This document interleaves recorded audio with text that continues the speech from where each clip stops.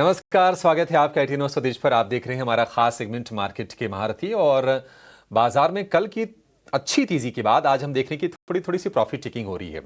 और इस profit taking के पीछे जो वजह है वो है आईटी शेयरों में आज बिकवाली, क्योंकि इन्फोसिस, टीसीएस, परसिस्टेंट को फोर्स में तमाम शेयर आज आपको कमजोर होते हुए दिखाई देंगे।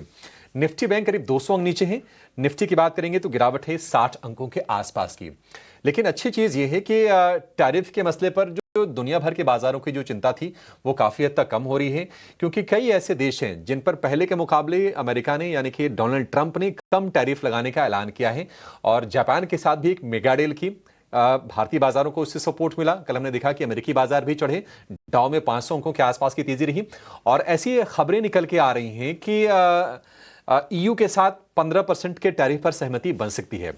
हालांकि भारत को लेकर टैरिफ का इंतजार थोड़ा सा लंबा हो रहा है। हमारा पेशेंस टेस्ट भी कर रहा है, क्योंकि 9 जुलाई की डेडलाइन थी और आज हो गए हैं 24 जुलाई।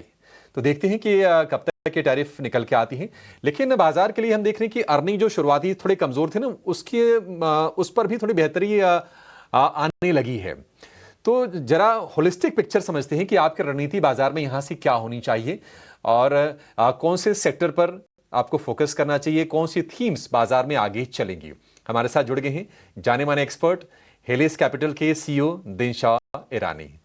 दिनशाह सर, बहुत शुक्रिया आपका समय देने के लिए। हमेशा अच्छा लगता है सर आपसे बातचीत करके, और मार्केट का सेंस बहुत अच्छे से मिल जाता है। सबसे पहले आपसे ये जानना चाहिए सर, टैरिफ को लेकर इंतजार हो रहा है और ट्रंप के रुख में थोड़ी सी नरमी हमें दिख रही है। आप जरा ये बताइए कि कितने टैरिफ आए। 26% पहले अनाउंस कर चुके हैं, अब कितने टैरिफ पर एडजस्टमेंट बनी तो बाजार परेशान नहीं होगा। अभिषेक जी, पहले तो धन्यवाद आपका, आपके शो पर आमंत्रित करने के लिए, और आपके दर्शकों को और आपकी टीम को वेरी गुड मॉर्निंग। सो अभिषेक जी, एक्चुअली ये जो आप रिसेंटली जो आपने देखे हैं टैरिफ के एग्रीमेंट, और हमें कोई शक नहीं है, हमें लग रहा है कि इंडिया का भी एग्रीमेंट वेरी शॉर्टली अनाउंस हो जाएगा। 1 अगस्त तक का हमारे पास टाइम था। तो और एक्चुअली हमने तो यही सुना है कि हमारी वजह से ही थोड़ा डिले हो रहा है, क्योंकि हम बहुत क्लियर है कि थोड़ी बहुत चीजें हैं जो हम कहीं कॉम्प्रोमाइज ना करेंगे, जैसे जीएम क्रॉप्स वगैरह हो गए वो सब में। तो एनीवे, तो अगर जो टैरिफ की अगर जो बात करें, तो जो रिसेंटली जो डील्स हुई हैं वो 15%, 19% इसके आसपास ही हुई, मतलब 20 के नीचे वाली डीलें हुई है। मुझे लगता है वो वहां पे आप 15 और 20 के बीच में हमारी डील अगर जो हो जाए तो वो काफी पॉजिटिव होगा मेरे बाजार के लिए, बिकॉज ऑलरेडी 26% तो हम बिल्ड इन करके बैठे ही हुए हैं। लेकिन एक्चुअली 15 होगी तो आई थिंक बाजार मोरलेस हमारा जो है वो ऑलरेडी बिल्ड इन करके बैठा है। 15 से नीचे हुई तो शायद एक पॉजिटिव ट्रिगर मिल सके, लेकिन 15 से ऊपर हुई तो, और 19 के आसपास, आई थिंक न्यूट्रल ही होगा हमारा मार्केट। तो ये मुझे लगता है कि हम लेके बैठे हुए हैं। स्पेसिफिक सेक्टर्स में काफी इंपैक्ट आ सकता है, जैसे ऑटो वगैरह में जो बातें चल रही हैं वो काफी लो टैरिफ की बातें चल रही है वहां पे। तो आई डोंट नो, वहां पे शायद आपको एक नेगेटिव इम्पैक्ट दिख सके। सो ये सब हमें देख के ही रखना पड़ेगा कि कहाँ पे कितना हुआ है। एवरेज टैरिफ तो आगे, लेकिन एक्चुअल सेगमेंट वाइज क्या होता है वो देखना पड़ेगा। जी बिल्कुल। Good morning Dinshaw sir, Sharad here. हमने ट्रेड डील पे तो बात कर ली, लेकिन जो कुछ सेक्टर्स हैं जहाँ पे आप देखते हैं कि एक अच्छी मोमेंटम देखने मिल सकते हैं, ये डोमेस्टिक फेसिंग सेक्टर्स भी हो सकते हैं। तो कौन से सेक्टर्स है जिस पे आपकी नज़र है, जहाँ पे अभी जो है वैल्यू दिख रहा है और बने रहने चाहिए अगर ऑलरेडी पोजीशंस हैं? शरद जी, पहले तो ये बता दूं कि हम लोग काफी हमारे जो न्यू एज कंपनीज हैं उस पे हम काफी बुलिश रहे हैं और आगे भी रहेंगे।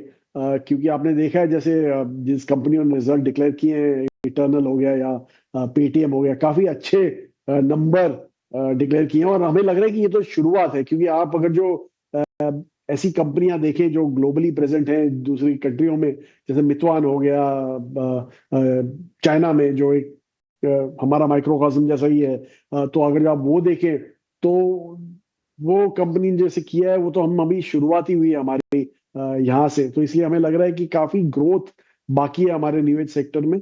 तो एक तो वो है, और हम उनके साथ डटे रहेंगे। और एक्चुअली हमें ये लगता है कि यही एक डिफरेंशिएटर है जो इंडिया ऑफर करता है वर्ल्ड को इन टर्म्स ऑफ ग्रोथ। दूसरा जो हमें सेक्टर बहुत पसंद है और हम पहले से ही बोलते हैं उसके बारे में है banking, financial services, insurance, BFSI. यहाँ पे भी हमें लग रहा है कि जिस हिसाब से अर्लियर प्रॉब्लम था, पहले ये प्रॉब्लम था कि आरबीआई लिक्विडिटी काफी हद तक कंट्रोल कर रहा था, सिस्टम में से सकआउट कर रहा था। और जैसे ही नए गवर्नर आए हैं, उन्होंने लिक्विडिटी इन्फ्यूजन चालू कर दिया, क्योंकि उनको डिमांड का थोड़ा कंसर्न आ रहा है, इसलिए लिक्विडिटी इन्फ्यूजन चालू किया है। इसलिए इजी मनी रेज हो सकता है और लेंडिंग भी हो सकती है as and demand comes up. और वो भी आपने देख लिया बैंकिंग सेक्टर में, जैसे जैसे दो बड़े बैंकों ने जो रिजल्ट डिक्लेयर किए हैं, काफी अच्छे नंबर थे। मार्केट ने भी काफी अच्छी तरह से लिया उनको और स्टॉक दोनों ऊपर गए। उसके बाद फाइनेंशियल सर्विसेज में अभी ज्यादा बड़े नंबर नहीं आए हैं, फिनटेक वालों के ही आए हैं, लेकिन फाइनेंशियल सर्विसेज में जैसे जैसे नंबर आएंगे एनबीएफसीज के, आप देखेंगे कि वहां पे भी काफी हद तक अच्छी ग्रोथ आ रही है। इंश्योरेंस के नंबर तो फिर भी ठीक है, एएमसीज ने अच्छे नंबर रिपोर्ट किए। तो ये सब जो है हमें बहुत अच्छा लग रहा है। दूसरा तीसरा रादर हमें जो अच्छा लग रहा है वो है हॉस्पिटल सेक्टर, हेल्थ केयर में हॉस्पिटल्स। और यहाँ पे भी आप देखिए कि काफी अच्छे नंबर रिपोर्ट होंगे जैसे जैसे रिपोर्ट होंगे।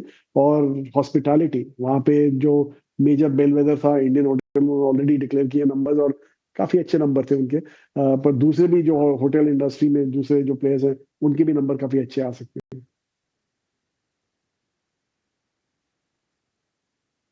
ठीक है दिनशॉ सर, ये तो हो गया कि कहाँ कहाँ फोकस करके चलना चाहिए। एक चीज़ और बताइए सर, बहुत सारे लोग ये कह रहे हैं कि नहीं थोड़ी सी वैल्यूएशंस वाले कंसर्न्स हैं, इसके चलते एफआईज दूर हैं। अब 5 से 6% की अर्निंग ग्रोथ होगी Q1 में, लेकिन अगर निफ्टी के पी की बात करें तो 22.5-23 के आसपास का है, तो ये कॉज ऑफ कंसर्न है।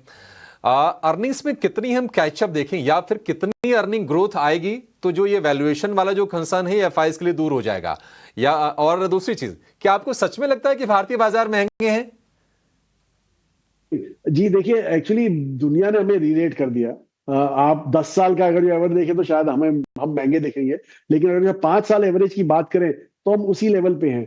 लेकिन एक चीज है, जो रीरेटिंग हुई है वो इसलिए हुई है हमारी कि हमारी ग्रोथ रेट काफी अच्छी थी, जो पिछले 3-4 क्वार्टर से हमने गिरते हुए देखी है। मतलब सितंबर से अगर जो आप बात करें, लास्ट ईयर सितंबर की बात करें, तो वहां से हमने हमारी अर्निंग्स ग्रोथ गिरते हुए देखी है। और वो एक्चुअली जैसे मैंने बोला कि जो हमारे पुराने गवर्नर थे उनको कंसर्न था इन्फ्लेशन का, वो लिक्विडिटी काफी हद तक कंट्रोल कर रहे थे, तो उसकी वजह से डिमांड कोलैप्स हो गया।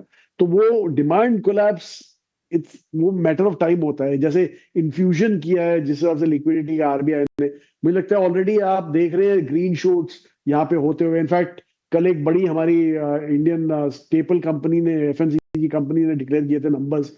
नंबर्स इतने बढ़िया नहीं थे, लेकिन जो उन्होंने कमेंट्री सुनाई, वो कमेंट्री काफी अच्छी थी, क्योंकि वो बोले कि मुझे अर्बन में ऑलरेडी थोड़ा ऐसे लग रहा है कि अपटिक आ रहा है। क्विक कॉमर्स तो खैर बहुत ही बढ़िया कर रहा है उनके लिए। तो वैसा सब उन्होंने बोला, तो which was a very positive sign for us. तो हमें लग रहा है कि एक्चुअली आप सितंबर का अगर जो क्वार्टर देखेंगे, जैसे ये जून के नंबर जो आपने बराबर बोला, 5-6% ग्रोथ, हम तो बहुत खुश होंगे अगर 5-6 आया, तो हमें तो लगता भी नहीं कि उतना ग्रोथ आएगा। हमें लग रहा है कि स्लो सिंगल डिजिट ग्रोथ है। एक्चुअली आप 2-3 दिन पहले की अगर जो बात करें, तो जो हमने नंबर्स देखे थे उसमें तो नेगेटिव हमें 7-8% दिख रहा था ग्रोथ, जो अभी तक कंपनी ने रिपोर्ट की थी नंबर्स। तो एनीवे, तो प्रॉब्ली थोड़ा चेंज हुआ होगा, लेकिन इसलिए हमें लग रहा है कि वो प्रॉब्ली एक single digit, low single digit kind of growth quarter रहेगा जून का। लेकिन आप अगर जो सितंबर में देखेंगे, अगर जो सेम ये नंबर रिपीट हो गए जून क्वार्टर के सितंबर में, तो बेस इतना लो था सितंबर लास्ट ईयर का, -8% ग्रोथ था शायद उस समय, उस सितंबर क्वार्टर में हमारे अर्निंग्स का। तो आप उससे कंपेयर करेंगे तो आपको अर्ली टीन्स, मतलब 11-12-13% के आसपास की ग्रोथ दिखने लग जाएगी।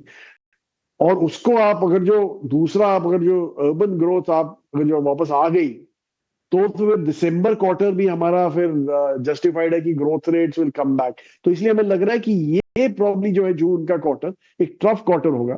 प्रॉब्ली आपको एक आध और क्वार्टर का कंसोलिडेशन दिख जाएगा मार्केट में, लेकिन बियॉन्ड दैट हमारे बाजार को होल्ड बैक करना बहुत ही मुश्किल रहेगा। जैसे मैंने बोला कि 22-22.5 टाइम फॉरवर्ड अर्निंग्स इतना स्ट्रेच नहीं है। आप देखिए यूएस भी आजकल 27-28 टाइम हो गया है, जबकि ग्रोथ रेट उनके हमारे से पहले लो हुआ करते थे, लेकिन जैसे ही हमारे ग्रोथ रेट्स आए आ जाएंगे, आप देखेंगे कि हमारा ट्रिजेक्टरी भी मार्केट का शुरू हो जाएगा।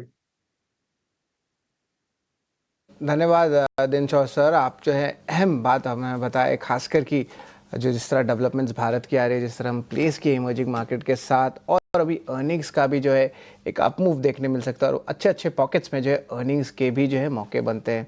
धन्यवाद दिनशॉ सर। लेकिन 10 का बाजार में ऑफकोर्स देखिए, बाजार में जो है वॉलेटिलिटी ज़रूर है और